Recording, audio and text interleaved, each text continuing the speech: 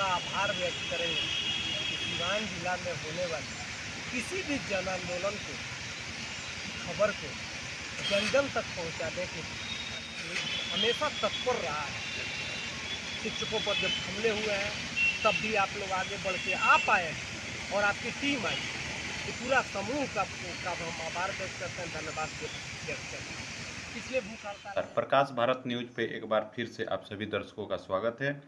आज की प्रमुख खबरों में बिहार राजपत्रित प्रारंभिक शिक्षक संघ सिवान द्वारा अनिश्चितकालीन भूख हड़ताल पर बैठे हुए हैं। आज आंदोलन का चौथा दिन था।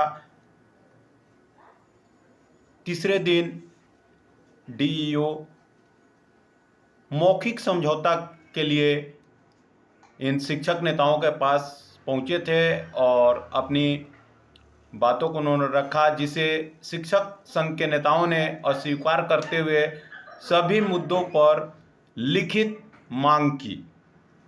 इस बीच विभिन्न पार्टियों के नेता आकर के यहाँ शिक्षकों का समर्थन कर रहे हैं। आज आंदोलन का चौथा दिन। जब हमने वार्ता करने का प्रयास किया शिक्षक संघ के नेताओं से, तो उन्होंने अपनी 17 सूत्री मांग हम लोग के सामने रखे हैं। इन 17 सूत्री मांगों में कोई भी ऐसा मांग नहीं है जो प्रावधान के विरुद्ध है, जो शिक्षा नियोजन के समय जो नीति बनी है उसके विरुद्ध है, बल्कि ये भ्रष्टाचार से जुड़ा हुआ कहीं ना कहीं मामला प्रतीक होता हुआ भी दिख रहा है। तो आइए। नमस्कार, इस समय हम लोग हैं गोपालगंज मोड़ सिवान पे और यहाँ पर शिक्षकों का अनिश्चितकालीन हड़ताल चल रहा है और शिक्षक जो हैं अपनी कुछ मांगों को लेकर के यहाँ पर जुटे हुए हैं और उनसे जब हम लोग जानकारी लेना चाहे हैं तो पता चला है कि इनके मांगे 100% जायज़ है। जो सरकार द्वारा प्रावधान किया गया है उनके नियोजन के साथ, वही मांग उनकी पूरी नहीं हो रही है। अर्थात समझ सकते हैं इसको ऐसे कि हमारे देश में संविधान बना है और संविधान में लिखी हुई बातों को सत्ता में बैठे हुए लोग उसको लागू नहीं कर रहे हैं। ये एक विडंबना है कि जिनके ऊपर संविधान की रक्षा करने की जिम्मेवारी है, वही लोग संविधान के लिखे बातों को कहीं ना कहीं अनदेखा कर रहे हैं, उसकी उपेक्षा कर रहे हैं और अंततः आम जनता को कहीं ना कहीं इस मुद्दे को लेकर के काफ़ी विरोधाभास सरकार के प्रति देखने को मिलता है। ऐसे में शिक्षक लोग भी लगातार विरोधाभास की स्थिति में है। आप समझ सकते हैं कि जो शिक्षक के शिक्षा के द्वारा सरकार में बैठे हुए लोग आज विधायक, सांसद, मंत्री, यहाँ तक कि उप मुख्यमंत्री और मुख्यमंत्री बने हुए उसी शिक्षा के बदौलत आज वो सत्ता का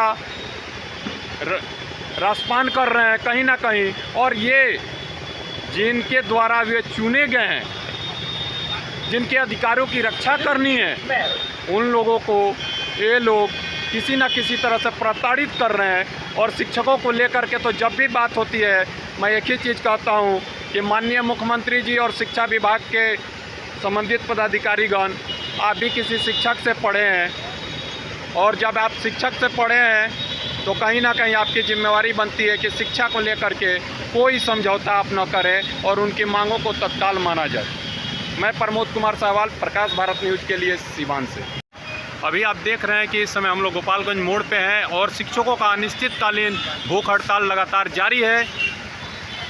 आइए हम जानते हैं कि आखिर ये भूख हड़ताल शिक्षकों का क्यों हो रहा है और ऐसी कौन सी परिस्थिति आ गई है कि शिक्षकों को भूख हड़ताल पर बैठना पड़ रहा है। आइए यहाँ पर मौजूद हैं राकेश जी, हम सबसे पहले उनका पूरा परिचय जानेंगे। सर, अपना पूरा परिचय दीजिए। मेरा नाम राकेश कुमार सिंह हुआ, जिला अध्यक्ष बिहार राजपत्रित प्रारंभिक शिक्षक संघ। ऐसा क्या मांग आप लोग की ज़रूरत पड़ गई कि सरकार आप लोग को भूख हड़ताल तक पहुँचा दी? सरकार के जो जिला में लोग काम करते हैं वो सरकार के ही प्रतिनिधि हैं, शिक्षा विभाग के ही प्रतिनिधि। हमारे बीच यहाँ बिहार राजपत्रित प्रारंभिक शिक्षक संघ के बिहार के संयोजक सुरेंद्र सौरभ जी बैठे हुए हैं। इन्हें पता है कि बिहार में लगभग हर जिले में कम बेस एक ही स्थिति है। लेकिन हमारे संगठन ने लड़ने का फैसला सीवान में किया और हम यह शुरुआत सीवान से कर रहे हैं। मामला ये है कि शिक्षकों का बहुत लंबी लड़ाई के बाद शिक्षकों का ईपीएफ कटना शुरू हुआ और ईपीएफ में शिक्षकों का पैसा लगातार 2020 से कट रहा है। लेकिन आज तक बहुत से ऐसे शिक्षक हैं, लगभग 13,000 शिक्षक हैं, जिनके खाते में किसी में 2 महीने का, किसी खाते में 6 महीने का, किसी खाते में 20 महीने का वो ईपीएफ का पैसा चढ़ा ही नहीं। जैसे एनपीएस जो 34,540 वाले लोग जो हैं शिक्षक हैं, उस कोटि के शिक्षक लोगों के एनपीएस खाते में पता ही नहीं चल रहा है कि उनके खाते में पटना पैसा उनको कैसे मिले। तो रिटायरमेंट के बाद सेवांत लाभ जो है वो सरकार की प्राथमिकता है, उसका सर्कुलर है। हमारा कोई भी मांग यहाँ हमारा 17 सूत्री मांग, 17 सूत्री मांग में कोई ऐसा मांग नहीं है कि जो हम उनके पॉलिसी या नियम से अलग हटके कोई मांग करें। हमारे यहाँ है कि कोई भी ट्रेनिंग अगर 2 साल की है, जैसे हमारे शिक्षकों में 15-17 बैच, 16-18 बैच का रेगुलर ट्रेनिंग है, बजाते अवश्य। अब मान लीजिए कि आपने परीक्षा लिया 4 साल के बाद, तो इसलिए अब गलती शिक्षक की थोड़े है, ये तो नीति बनाने वालों की गलती है, स्वाभाविक सी बात है। प्रशासन की गलती है, शिक्षा विभाग की गलती है। पूरे बिहार में लेट से परीक्षा लिया, तो अब आप कह रहे हैं कि जिस दिन आपका रिजल्ट आया है उस दिन से आपको हम ग्रेड दे देंगे या बीपीएल आप देंगे। ये तो सरासर अन्याय है। जिस दिन उनकी पढ़ाई पूरी हो गई, जिस दिन उनका सिलेबस खत्म, जिस दिन उसकी परीक्षा खत्म, सिलेबस खत्म, परीक्षा तो आपने लेट से लिया, तो परीक्षा लेट से लेना, रिजल्ट लेट से देना, ये तो प्रशासन की जिम्मेदारी है। आज आंदोलन का कौन सा दिन है सर? आज आंदोलन का 4था दिन है। अभी तक कोई प्रशासनिक अधिकारी वार्ता के लिए आए आगे? प्रशासनिक अधिकारी आए थे परसों, डीओ साहब, लेकिन मुझे लगता है कि डीओ साहब बहुत गंभीर नहीं थे या उनको शिक्षक आंदोलन की समझ नहीं, तो समझ नहीं पाए। और हमने कहा कि नहीं सर, ऐसे समझौता नहीं होता है और हम कोई खेल करने नहीं यहाँ बैठे हैं, हम यहाँ भूख हड़ताल पर बैठे हैं और आपके यहाँ आवेदन प्रतिवेदन बहुत जमा हो चुका है। भ्रष्टाचार का एक मामला बहुत जोर शोर पकड़ रहा है कि शिक्षा विभाग में जिले स्तर पर बहुत भ्रष्टाचार, इस पे क्या कहेंगे सर? निरंकुश तो है ही, निरंकुश है। और नीचे अगर बड़ा पदाधिकारी कोई अपने आप को ठीक भी रखना चाहता है तो इतना शानदार सिस्टम हो चुका है भ्रष्टाचार का, नीचे से लेकर ऊपर तक। और सबसे ज़्यादा जो भ्रष्टाचार की गंगोत्री है वो प्रखंड संसाधन केंद्रों में, जिसको हम बीआरसी बोलते हैं, वहीं से शुरू होता है। सबसे पहले सुधार का अगर मौका सरकार आपसे वार्ता करे और सबसे पहला आपका डिमांड मानने के लिए तैयार हो, तो सबसे पहला डिमांड क्या रखेंगे सर? हम तो डिमांड रखेंगे कि हमारे 13,500 शिक्षकों में लगभग 13,000 शिक्षकों का ईपीएफ का अपडेट नहीं है। उनके खाते में पहले उनका पैसा जमा किया जाए, क्योंकि उन अधिकांश शिक्षकों का कैडर ट्रांसफर हो रहा है इसी महीने में, दूसरा अलॉट हो जाए। तो अब तो उनको एक एक करके पेमेंट कराने के लिए रिश्वत देना पड़ेगा दलाल को। बिल्कुल बिल्कुल सर। तो हम उसीलिए आंदोलन गर्मी की छुट्टी में किए। 2 बात है कि इन शिक्षकों पर गर्मी की छुट्टी में कोई कार्रवाई नहीं हो, मतलब एक तरह से छुट्टी काल में रहे और वो आंदोलन भी अपना कर भी हम कर लें, शिक्षा इससे बाधित भी न हो, शिक्षा इससे बाधित भी न हो। तो इस तरह जो हमारा ये आंदोलन आज 4था दिन है। हमको लग रहा है कि जहाँ तक मेरी जानकारी है, दूसरी बार आप लोग बैठे हुए, डीपीओ साहब भी संपर्क में हैं और अधिकारी भी संपर्क कर रहे हैं, लेकिन हम चाहते हैं कि यह आंदोलन तब खत्म हो जब हमारी ये 17 सूत्री मांग पूरी हो। सर तो ये एक चीज़ और जानना चाहेंगे, आपके भी विद्यालय में आपदा मित्रों के ट्रेनिंग के लिए नियुक्ति कराई गई है हर सुरक्षित शनिवार के दिन, तो वैसे लोगों को किसी तरह का मानदेय नहीं मिलता है। आपका अगर संगठन के बैनर तले अगर वो लोग सहयोग मांगते हैं तो इस पर आप लोग की रणनीति क्या होगी? जैसे आपदा से जुड़े लोगों का जो नियोजन हुआ था, आपदा की शिक्षा देना, क्या उसका नाम है? आपदा मित्र स्कीम। आपदा मित्र हमारे विद्यालय में बहुत रेगुलर रहे हैं और हम लोगों ने उनसे सीखा। हमने उनसे सीखा है कि विभिन्न तरह के आपदा में हर शनिवार को हमारे विद्यालय में 2 लोग आते थे रेगुलर, जी लेकिन बाद में हमने पता किया कि उनके जो उनको वेतन या किसी तरह का मानदेय कुछ भी नहीं मिलता। मानदेय भत्ता मिलना चाहिए था, वो नहीं मिल रहा है और वो संघर्ष कर रहे हैं। ये बहुत दुखद है। उन लोगों का स्कूल में जाके आपदा प्रबंधन पर बहुत शानदार उनकी जो कक्षा होती थी, हम लोग बैठते थे, बच्चे बैठते थे और वो लोग हर स्कूल में जाते थे और हम शिक्षक उनकी कमी महसूस क्या वजह क्या हो सकती है? अभी भी लगातार आपदा मित्र जा रहे हैं विद्यालय में, लेकिन कुछ आपदा मित्र हैं जो बेरोजगारी का दंश झेलते हुए दूसरे प्रदेशों को पलायन कर गए। वैसे में अब एक बड़ी समस्या खड़ी हो रही है कि उनको वापस विद्यालय में कैसे लाया जाएगा। हम तो इस पक्ष में है कि अगर उन लोगों ने एक दिन के लिए उन्होंने जॉब किया है, तो ट्रेनिंग लेके उन्होंने जॉब किया जी, तो उस प्रशिक्षित आदमी को पेट के वजह से उसको केरल जाना पड़े, तमिलनाडु बॉम्बे जाना पड़े, बिहार छोड़ के जाना पड़े या अपने जॉब को छोड़ के यहीं दूसरा कोई जॉब करना पड़े, यह बहुत शर्म की बात है। ये प्रशिक्षित लोग थे और उनका प्रभाव बहुत सकारात्मक था। सरकार को चाहिए उनको नियमित करें, यह नियमित रोज स्कूल खुलना है, रोज आपदा आनी है, इसलिए रोज उनकी जरूरत है। इसलिए उनका जो वेतन निर्धारण हो, उनका एक वेतन भत्ता निर्धारित की जाए। हम लोग उनके आंदोलन के उनके मांगों के साथ हैं, क्योंकि हमारा आप हड़ताल कर रहे हैं, ये भी नहीं कि दिवसीय आप लोगों का है, आज की और चौथा आज दिन होने भी जा रहा है। हम देखते हैं कि बहुत से स्कूलों में शनिवार को भूखे पेटू लोग जाते हैं, हमारे यहाँ भी आते हैं भूखे पेटू, हमारा ही पैसा लेकिन वेतन से हमारा कटा 10 कि रुपया हमको तो वेतन मिलता है, जी। खाते में नहीं लेकिन गया। वे लोग भूखे पेट यह रहते हैं। सीधा यह सीधा सरकार की पैसे का जिम्मेदारी गबन है है। कि उन लोगों का भी मेरा दावा है उचित कि भत्ता यदि राज्य सरकार का दावा है चलिए बहुत बहुत धन्यवाद आपका। और ये थे राकेश जी और अपनी बातें रख रहे थे कि अनिश्चितकालीन भूख हड़ताल पर लोग क्यों बैठे हैं। सबसे पहले अपना परिचय दीजिए। मैं सुरेंद्र सौरभ बिहार अनारक्षित प्रारंभिक शिक्षक संघ का बिहार प्रदेश इकाई का संयोजक हूँ और यहाँ मैं धरना स्थल पर आया हूँ।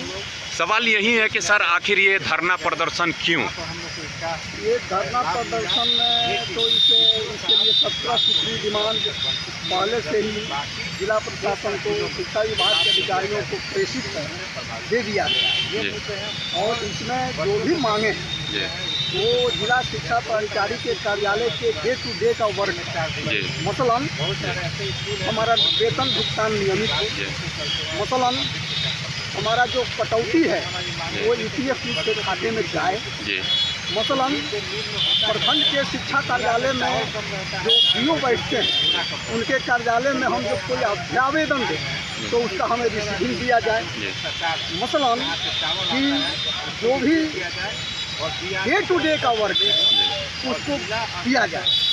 और शिक्षकों आप दक्षता पास कर लिया टीचर, और दक्षता पास करने के बाद ना उसका पदस्थापन सही जगह हो रहा है और ना उसका देय लाभ मिल रहा है, ना उसको सुविधाएं मिल रही है। प्रधानाध्यापक की परीक्षा हो गई, प्रधानाध्यापक की नियुक्ति और उनके पदस्थापन नहीं हो रहा है। मतलब सारी बातों का निचोड़ यही मान लें कि कहीं ना कहीं जो नियमावली बनाया गया है शिक्षकों के लिए उसी का उल्लंघन, जिनके ऊपर जिम्मेवारी है उसको पूरा करने का, वही लोग अनदेखा कर रहे हैं। वही जिला शिक्षा विभाग सिवान का जो स्थिति है, ये लोग यदि लापरवाही नहीं करते, मनमानी नहीं करते, सारा शिक्षकों का काम होता तो शिक्षक को क्या लगा है, वो विद्यालय में जाएगा, पढ़ाएगा और अपना घर जाएगा। कहीं ना कहीं ये अपमानजनक बात नहीं है उनके लिए कि वो भी किसी शिक्षक से पढ़ करके आज उतने उच्च पद पर बैठे हैं और फिर भी अपनी शिक्षा का सदुपयोग नहीं कर रहे हैं। एक शिक्षकों के लिए गुरु दक्षिणा जहाँ देनी चाहिए वहाँ गुरु दक्षिणा वो नहीं दे पा रहे हैं।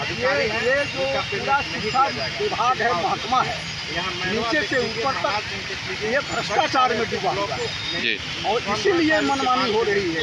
एकमात्र बड़ा कारण है इसके पीछे भ्रष्टाचार, लेन देन, रिश्वतखोरी, और इसके लिए शिक्षक प्रताड़ित हो रहे हैं, अपमानित हो रहे हैं, उनको भूख हड़ताल पर बैठना पड़ रहा है, धरना प्रदर्शन करना पड़ रहा है। ये लानत है शिक्षा विभाग पर।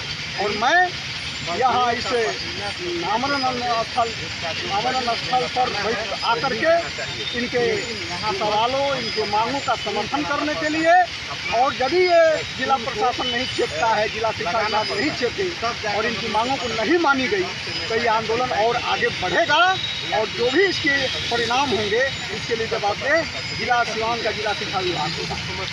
अभी हमने देखा कि कल कुछ राजनेता लोग भी आप लोग के मंच पे आए थे, क्या उन्होंने समर्थन किया आप लोगों का? देखिए, ये शिक्षकों का मंच है जी, और कोई भी शिक्षक लेकिन अब देखना है कि जो समाज से आता है जी, और वो आमरण अनशन पर बैठा है आज 4 दिन जी, और एक ऐसा शिक्षक आमरण अनशन पर बैठा है जो शुगर का पेशेंट है। जी, मानवीय आधार पर विभिन्न राजनीतिक दलों के लोग आ रहे हैं, जी, सीपीआई के लोग आ रहे हैं, सीपीएम के लोग आ रहे हैं, माले के लोग आ रहे हैं, आरजेडी के लोग आ रहे हैं, कांग्रेस के लोग आ रहे हैं, सारे दलों के लोग मतलब विपक्षी दल सारे लोग आ रहे हैं। हमारे सत्ता पक्ष से किसी ने आपके तरफ पहल किया? हम लोगों ने हमारे इस आंदोलन का समर्थन किया है। आप लोग लेकिन प्रत्यक्ष रूप से आने का हौसला नहीं दिखा रहे हैं सत्ता पक्ष वाले। सत्ता पक्ष के लोग अब सत्ता के का एक धौंस होता है, डर होता है, इसलिए भी नहीं आ रहे होंगे वो। मतलब कहीं ना कहीं इसको मान लिया जाए कि टिकट के कटने के डर से वो आपका समर्थन नहीं कर रहे हैं। वो लोग यदि यहाँ आ जाएगा तो हो सकता है कि रिपोर्ट हो जाएगा तो उनको दल में परेशानी होगी, इसलिए वो लोग नहीं आ रहे हैं, क्योंकि उनकी सरकार है, उनकी पार्टी सत्ता में है। डीओ आए थे यहाँ आप लोग से वार्ता के लिए, तो क्या उन्होंने किसी तरह का आश्वासन दिया कि मैं इन मुद्दों पर सहमत हूँ? डीओ ने कहा मौखिक रूप से, और हमारा जो डिमांड है उस पर स्पेसिफिक वो कुछ नहीं कहा जी, गोल मटोल बात करके उनके यहाँ से चले गए। मतलब एक फॉर्मेलिटी निभाने का काम किया। फॉर्मेलिटी निभाने का काम किया कि मैं गया था जी, स्थल पर, जी, धरना स्थल पर या भूख हड़ताल स्थल, किसी प्रकार का लिखित आश्वासन उन्होंने दिया? नहीं, कुछ नहीं। उस पर कोई चर्चा हुई लिखित आश्वासन पे? टाल मटोल करके चले गए। अभी भी बातचीत चल रही है और हम आशान्वित हैं कि हम जब तक हमारा कोई सम्मानजनक समझौता नहीं होगा हम पीछे नहीं हटेंगे। जी, धन्यवाद। तो ये थे हमारे शिक्षक नेता लोग, और कहा जाता है कि शिक्षकों के बीच में राजनीति नहीं होती है, लेकिन ये ऐसी मजबूरी पैदा कर दी गई है कि इन लोगों को इस तरह के अनिश्चितकालीन भूख हड़ताल पर बैठ करके एक राजनीतिक तौर पे देखा जाए तो इस तरह के धरना प्रदर्शन होते हैं, लेकिन यहाँ पर उस चीज़ की मांग के लिए ये लोग धरना पर बैठे हैं जिनको इनकी नियुक्ति के वक्त इनके लिए संविधान बनाया गया था, इनके लिए नियमावली बनाई गई थी, उसी संविधान की हत्या वही लोग कर रहे हैं जिनके ऊपर उसको सुरक्षित रखने का जिम्मेवारी है। तो कहीं ना कहीं एक बहुत बड़ी विडंबना है कि इस पे बिहार सरकार के साथ साथ शिक्षा विभाग को तत्काल एक्शन लेना चाहिए और इन शिक्षकों से ली हुई शिक्षा का सदुपयोग करते हुए इनकी मांगों को पूरी करनी चाहिए। मैं प्रमोद कुमार साहवाल, प्रकाश भारत न्यूज़ के लिए सिवान से।